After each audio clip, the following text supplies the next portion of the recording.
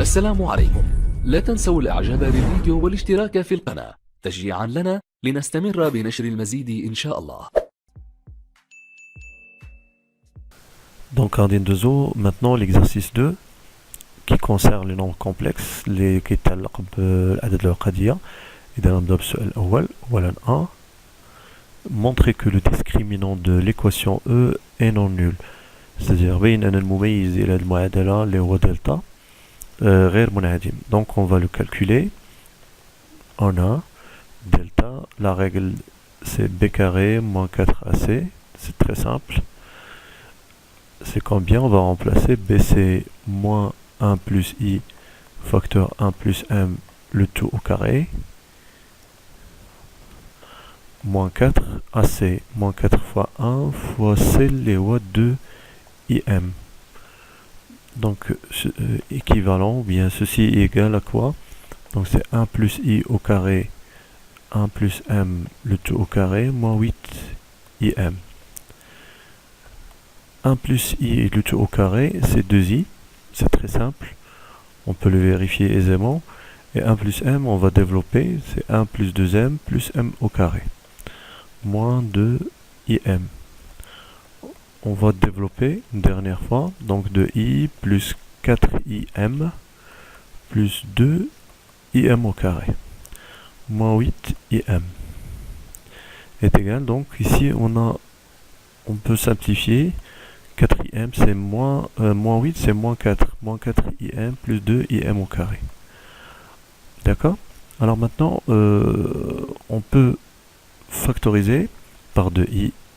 Donc on remarque que cette expression est semblable à celle précédente. La seule différence c'est que à la place de moins il y a plus, mais c'est pas grave. Donc on va refactoriser par 2i, on va obtenir 1 moins 2m, et vous pouvez le vérifier, voilà, plus 2m au carré, et c'est une identité remarquable, donc c'est 2i fois 1 moins m le tout au carré. 2i elle-même c'est une identité remarquable, c'est 1 plus i le tout au carré, ici 1 moins m le tout au carré, donc on va tout, ou bien, donc, delta, la voici, donc la voici, c'est 1 plus i au carré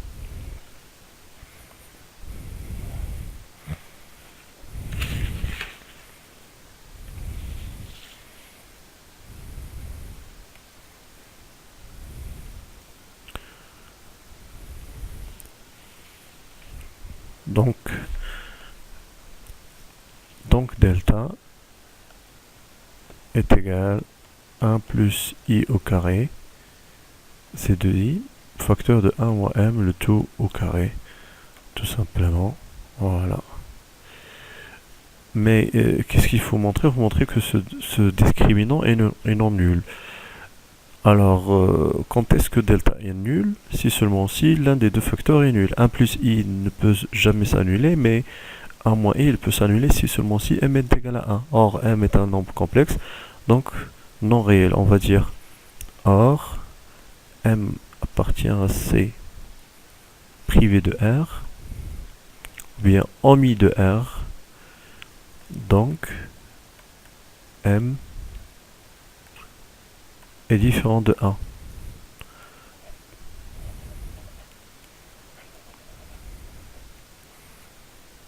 Or, m appartient à C privé de R, donc ceci implique que m est différent de 1. D'où, finalement, delta ne peut jamais être nul. Donc delta est non nul. Par conséquent, cette équation admet deux solutions complexes. Alors on passe à la question B. Déterminer Z1 et ZE, les deux solutions de E. Alors, on va commencer par dire que on a d'après 1A,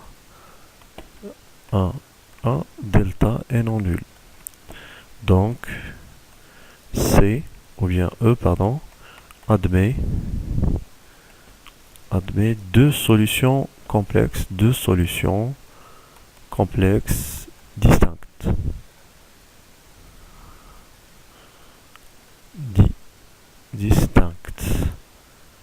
sont donc Z1 et Z2. D'accord?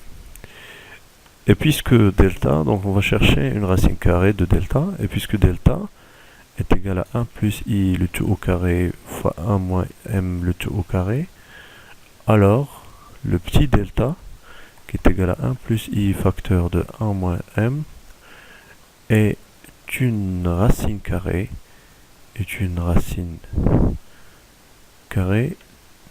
de grand delta. 2 est une racine carrée de grand delta. D'où, finalement, donc, Z1, la première solution, c'est moins B moins delta, pardon, sur 2A.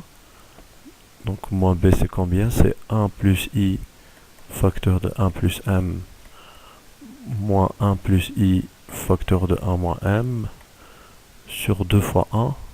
Sur 2 fois 1, c'est 2. Et ici, on va factoriser par 1 plus I. On va trouver 1 plus M moins 1 plus M sur 2. Donc ici, on va simplifier par 1 et moins 1. Donc il va rester M plus M, c'est 2M. Donc 2M sur 2, c'est M. Donc finalement, c'est M facteur de, ou bien c'est 1 plus I fois M. Et c'est la première solution, donc on va l'encadrer ici. Voilà. Pour la deuxième, Z2, c'est moins B plus delta sur 2A. Attention, ce n'est pas obligatoire que ce soit le conjugué. D'accord? Alors, plus 1 plus I, facteur de 1 moins M. Sur 2 fois 1, toujours. On factorise par 1 plus I, on va trouver 1 plus M plus 1 moins M, tout sur 2. Voilà. On peut simplifier ici M moins M par M et moins M. On va trouver donc 1 plus 1 c'est 2, 2 sur 2 c'est 1. Donc il va y rester à la fin 1 plus I. C'est la deuxième solution. Et finalement, donc, l'ensemble de solutions, S est égal 1 plus I M, c'est Z1, et Z2, c'est 1 plus I. Voilà. Et on termine avec l'autre question. Maintenant, on passe à la deuxième question. On suppose dans cette question que m est égal exponentielle iθ avec θ est compris strictement entre 0 et pi. Déterminer le module est un argument de Z1 et plus Z2. Alors, qu'est-ce qu'on va faire? On va donc, ici, on va noter, c'est la question 2A. Voilà. Alors, puisque Z1 et Z2 sont deux solutions distinctes, c'est-à-dire différentes de E, alors on a bien sûr la fameuse règle qui dit que leur somme, Z1 plus Z2 va être égale à moins B sur A. D'accord, on va remplacer directement moins B, donc c'est 1 plus I fois 1 plus M. Voilà. Et leur produit, Z1 et Z2, c'est C sur 1. C'est-à-dire, ce n'est que 2IM. C'est 2IM. Alors, qu'est-ce qu'on demande dans cette question? Dans cette question, on s'intéresse seulement à leur somme, c'est-à-dire Z1 plus ZI. Donc, pour trouver le module et l'argument, c'est-à-dire la forme trigonométrique, il suffit de trouver les deux formes trigonométriques de 1 plus I et 1 plus M. Or, ou bien on va dire d'une part, on a 1 plus i, donc son écriture trigonométrique, sa forme trigonométrique, c'est très simple, c'est racine de 2, puis sur 4. D'accord? Et d'autre part, donc on va trouver celui de 1 plus m, d'autre part, on a 1 plus m est égal, on va remplacer, c'est 1 plus i exponentielle θ. Ici on va factoriser par exponentielle i θ sur 2, d'accord? Donc exponentielle i θ sur 2, qu'est-ce qu'on va trouver ici? Exponentielle moins i θ sur 2, plus exponentielle i θ sur 2. Voilà, c'est très simple, vous pouvez vérifier, si vous multipliez, donc vous développez, vous allez trouver 1 plus exponentielle i θ. Donc d'après les formules de l'air, cette somme, ce n'est que 2 cosinus θ sur 2 fois exponentielle i θ sur 2. Ici, on va dire d'après les formules de l'air. En fait, on a juste utilisé une parmi les deux. Il y a deux formules pour l'air. D'accord? Alors maintenant, il suffit de montrer que ce produit, ce cosinus est positif pour dire que c'est vraiment la forme, donc c'est le module. D'accord? Alors puisque or, on va dire or θ est strictement comprise entre 0 et pi, donc ceci équivalent à dire que θ sur 2 va être comprise entre 0 et pi sur 2.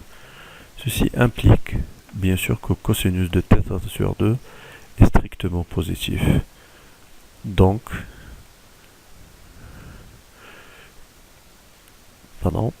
donc 1 plus m, son écriture trigonométrique, sa forme trigonométrique, c'est 2 cosinus θ sur 2.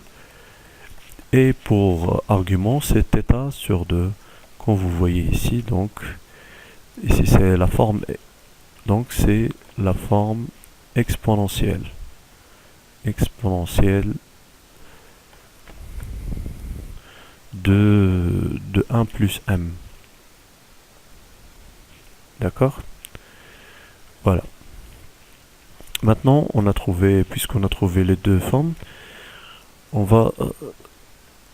maintenant on va prendre la somme, donc Z1 par suite, Z1 plus ZE, qui est égal à 1 plus I facteur de 1 plus M. Voici le résultat. D'accord? Donc pour le module, donc le module des deux, le module va être le produit des deux modules. C'est le module de 1 plus I fois le module de 1 plus M. Or, d'après ce qu'on a fait maintenant, le module de 1 plus I c'est racine de 2 et le module de 1 plus M c'est 2 cosinus θ sur 2. On va arranger ce nombre, donc c'est 2 racine de 2 cosinus θ sur 2. C'est la bonne réponse, c'est le module de la somme. Et pour l'argument, un argument de Z1 plus Z2, donc est congru bien sûr à la somme des deux arguments. C'est l'argument de 1 plus I facteur de 1 plus M du produit. Et on sait que l'argument du produit est égal à l'argument, est congru à l'argument la somme des deux arguments. Voilà, 1 plus M. Ceci est congru à quoi? C'est quoi l'argument de 1 plus I? C'est pi sur 4. Et l'argument de 1 plus M, c'est θ sur 2, modulo 2pi. Voilà. Et on a terminé donc la question A. Maintenant, montrer que si Z1, Z2 appartient à R, alors Z1 plus Z2 est égal à 2i. Cette question est très facile. Alors, question B. Alors, on va va commencer de la condition. On a Z1, Z2 fois Z2 appartenant à R. Ceci est équivalent à dire que 2 fois I fois M appartient à R. Bien sûr, on a déjà calculé le produit de Z1 fois Z2, c'est 2IM.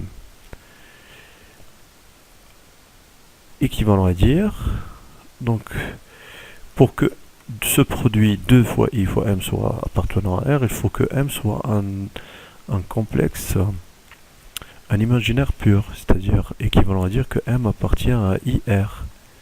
C'est un imaginaire pur. D'accord? Or, le M s'écrit sous la forme exponentielle Iθ. C'est-à-dire son module c'est 1. D'accord? Alors, les nombres imaginaires purs, bien sûr, si on travaille dans le plan complexe, muni d'un repère, alors pour la représentation de ce nombre complexe imaginaire pur, on a deux choix, c'est-à-dire soit il appartient ici, donc à cette demi-droite, ou bien à cette demi-droite. D'accord? Donc, puisque m est égal à exponentielle Iθ, alors le module de m est égal à 1. D'accord? Est égal à 1. C'est-à-dire, il y a deux possibilités pour m. D'accord? C'est-à-dire que soit θ va être égal à congru à moins pi sur 2 modulo de pi, ou bien ou θ est congru à pi sur 2 modulo de pi. Or, θ est compris entre 0 et puisque θ est compris entre 0 et pi sur 2, donc θ va être égal même à pi sur 2.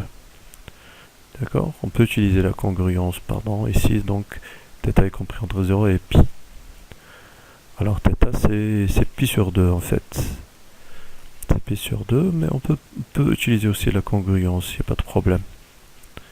Alors puisque θ est pi sur 2, ceci implique que m est égal à exponentielle i pi sur 2, bien, oui, équivalent à dire que m est égal à i.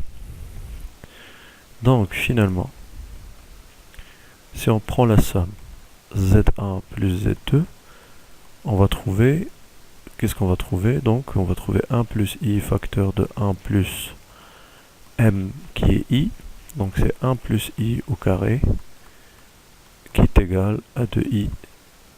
Et c'est la bonne réponse. Donc on a trouvé ce qu'il fallait démontrer. On passe maintenant à la question suivante.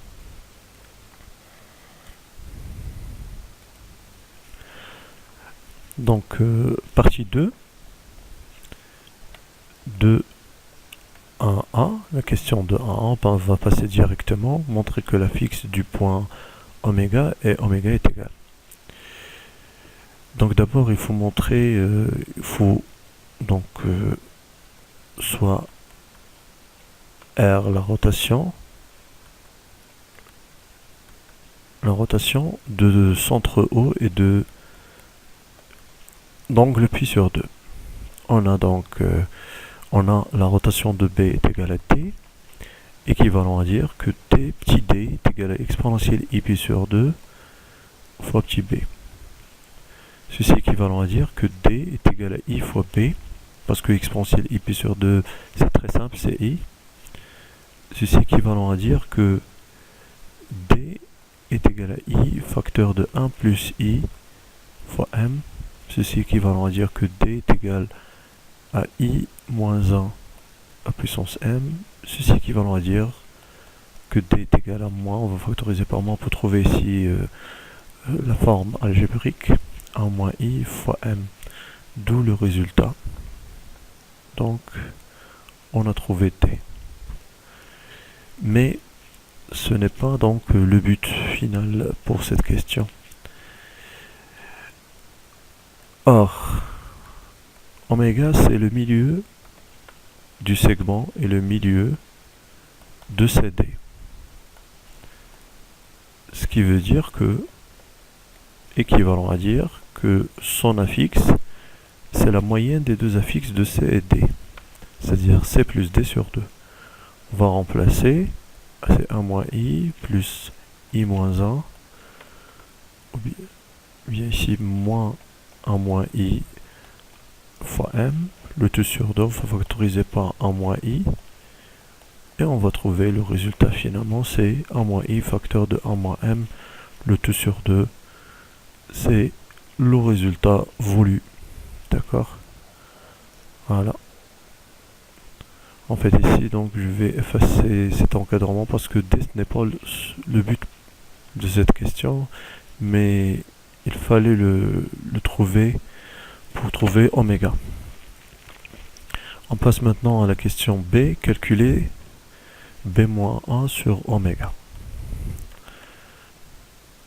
Alors ce n'est que un simple calcul, on a B-1 sur oméga, petit oméga est égal à 1 plus I facteur fois M moins 1 plus I, le tout sur 1 moins I fois 1 moins M sur 2. On va arranger ces nombres, ces deux facteurs de 1 plus I. On va factoriser par 1 plus I d'abord. C'est 1 plus I facteur de M moins 1 sur 1 moins I fois 1 moins M. Et on va monter le 2 ici au numérateur. D'accord, puisque M est différent de 1, on peut même simplifier M-1 avec 1 moins M, mais il va rester 1 moins.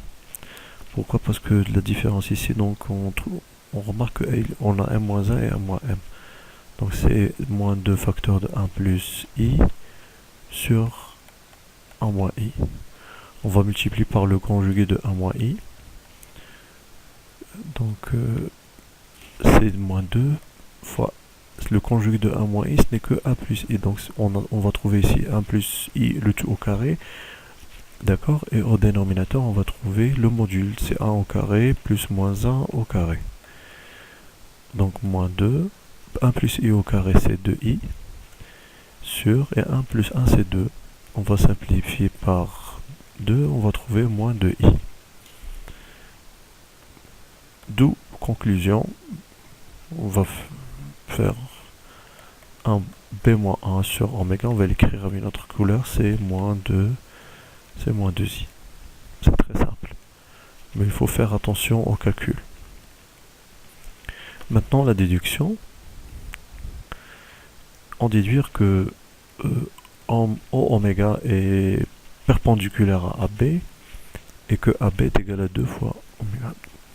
Donc pour la première, on va prendre l'angle orienté O oméga AB.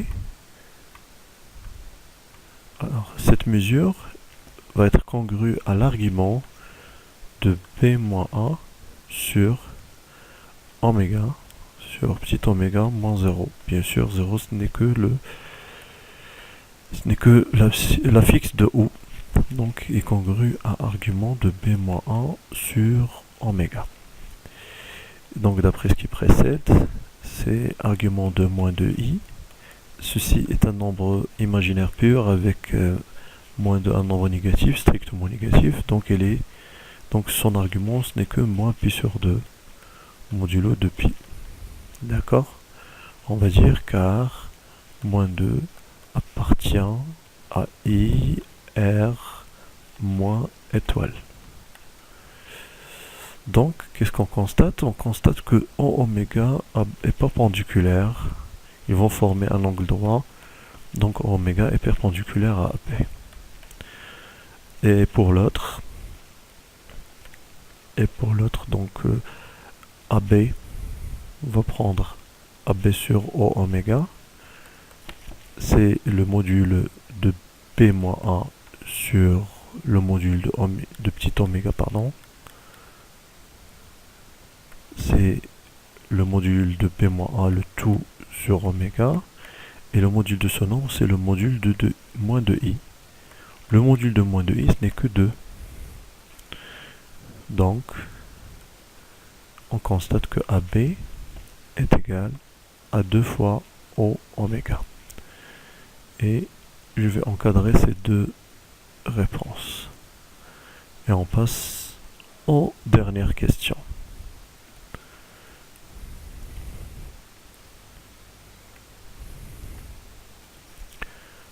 On va finir par la question 2 de 1. Montrer que h-a sur b-a est un réel et que h sur b-a est un imaginaire pur. Alors, puisque en oméga intersection avec inter AB c'est le point H, bien sûr, ça veut dire que alors H appartient à la droite AB. D'accord? Parce que c'est l'intersection des deux.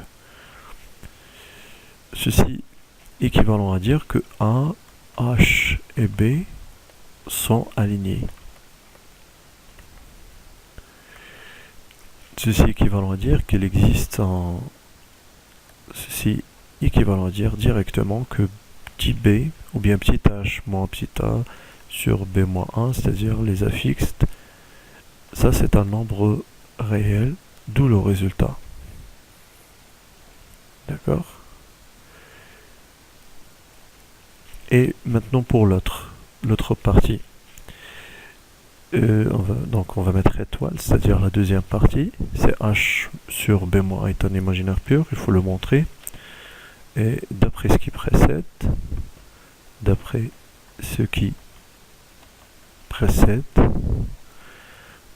on a donc O oméga est perpendiculaire à AB. Et H, c'est l'intersection des deux. H, c'est l'intersection des deux droites, c'est-à-dire, donc on va essayer de, je vais faire copier ici pour ne pas retomber, pour ne pas le, dans une répétition, voilà.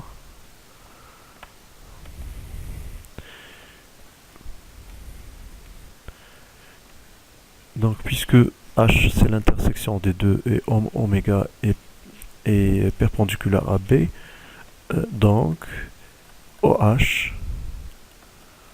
va être perpendiculaire aussi à AB. D'accord? Si on fait un petit schéma, donc ici je suppose que c'est la droite AB, ici c'est la droite O oméga, donc ici c'est le point H. On a O oméga est perpendiculaire à AB et H c'est l'intersection, donc l'angle ici formé, donc c'est un angle droit. Donc OH ou bien H oméga, OH c'est aussi la droite O oméga en fait. D'accord?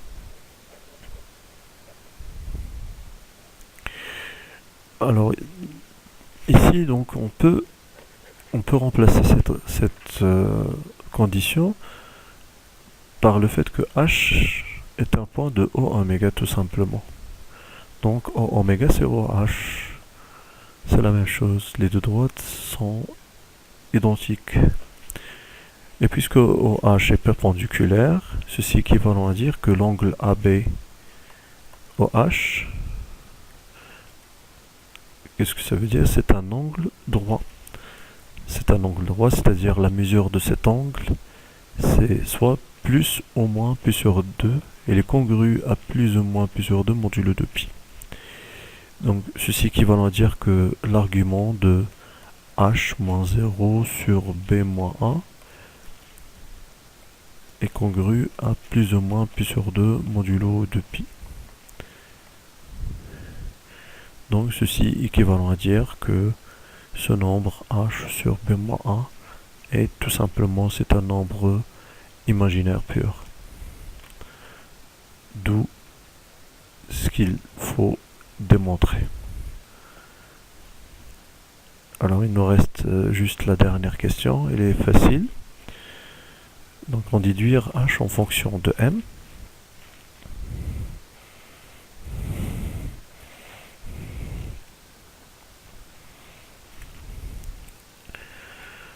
Alors, on a d'après la question précédente, h moins 1 est un réel. Donc on va traduire ce fait qu'il est réel. Donc ici, je vais numéroter, donc c'est P. On a h sur h-1 sur b-1 est un nombre réel. Ceci équivalent à dire que h-1 sur b-1 va être égal tout simplement à son conjugué. Voilà. Et h sur b-1 est un imaginaire pur. Ceci équivalent à dire que h sur b-1, donc ici, je peux me contenter, je peux changer, voilà, l'autre, c'est bon. Il n'y a pas de problème. Voilà. Juste pour l'organisation, donc ici, le module de ça, c'est quoi? C'est l'opposé, c'est moins h sur b moins 1. Alors on va appliquer les règles du conjugué, pardon. Le conjugué, donc on se décompose sur une fraction, bien sûr, sur la somme, il n'y a pas de problème. Donc, on va dire, donc h bar moins a bar sur b bar moins a bar est égal à h moins 1 sur b moins 1. Voilà. Et d'une autre part, h bar sur b bar moins a bar est égal à moins h sur b moins 1. Voilà. Qu'est-ce que je vais faire maintenant? Je vais prendre cet élément, ce membre, et je vais le décomposer. D'accord? Ceci équivalent à dire que h bar sur b bar moins a bar sur b bar moins a bar est égal à h moins 1 sur b moins 1. Et qu'est-ce que je vais faire? Je vais remplacer cet élément par la deuxième égalité. D'accord? Donc qu'est-ce qu'on va obtenir? Donc moins h sur b moins 1. Je vais remplacer, je rappelle, cet élément ici par sa valeur. Moins h sur b moins 1, moins a bar, je continue avec la première, sur b bar moins a bar, est égal à h, oui, h sur b moins 1. Je vais décomposer aussi ce nombre, moins 1 sur b moins 1. Je vais arranger. Ceci est équivalent à dire que quoi? Je vais donc transférer moins h sur b moins 1 au deuxième membre. Je vais trouver donc 2h sur b moins 1. Et je vais retransférer celui-là donc vers le premier membre. Je vais trouver a sur b moins 1 moins a bar sur b bar moins a bar. Maintenant je vais remplacer. En fait, a c'est 1 plus i et b c'est 1 plus i fois m. Donc on va remplacer.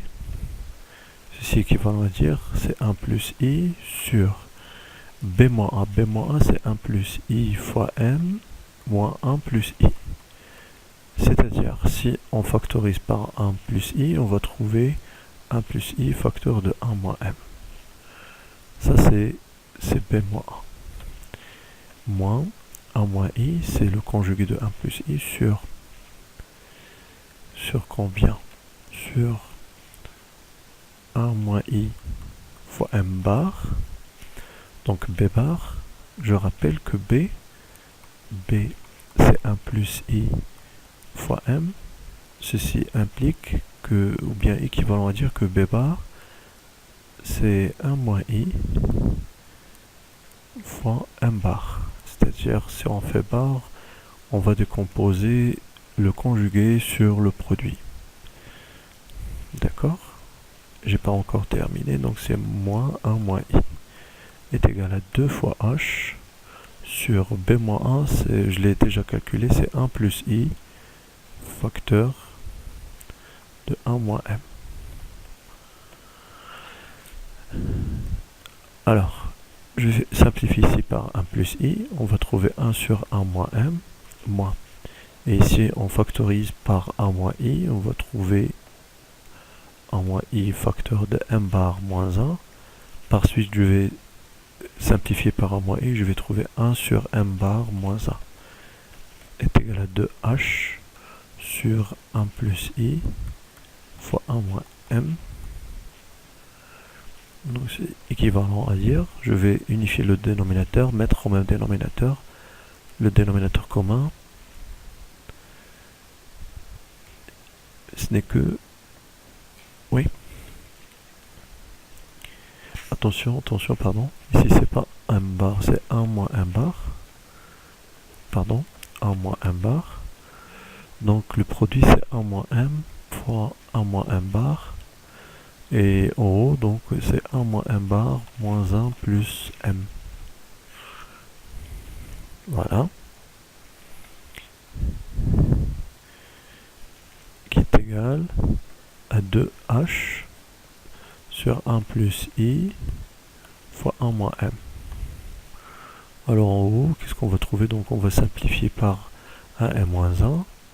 On va trouver M ou moins M bar sur le produit 1 moins M bar qui est égal à 2H sur 1 plus I facteur de 1 moins M. Je vais multiplier les deux membres pour simplifier par 1 moins M fois 1 plus I sur 2. Donc ici, pardon, 1 moins M fois 1 plus I sur 2. Donc tout ça va se simplifier. Ici 2 aussi. Ici qu'est-ce qu'on va simplifier? On va simplifier par 1 moins M tout simplement. Donc c'est équivalent à dire que H, donc finalement H c'est combien? C'est M moins M bar sur 1 moins M bar fois 1 demi, voilà, fois 1 demi, 1 plus I. Tout simplement. Et on a trouvé le résultat. J'espère que cette vidéo aussi vous a plu. Merci pour votre attention et à la suite, Inch'Allah. إن أعجبك الفيديو لا تنسى الإعجاب والاشتراك في القناة.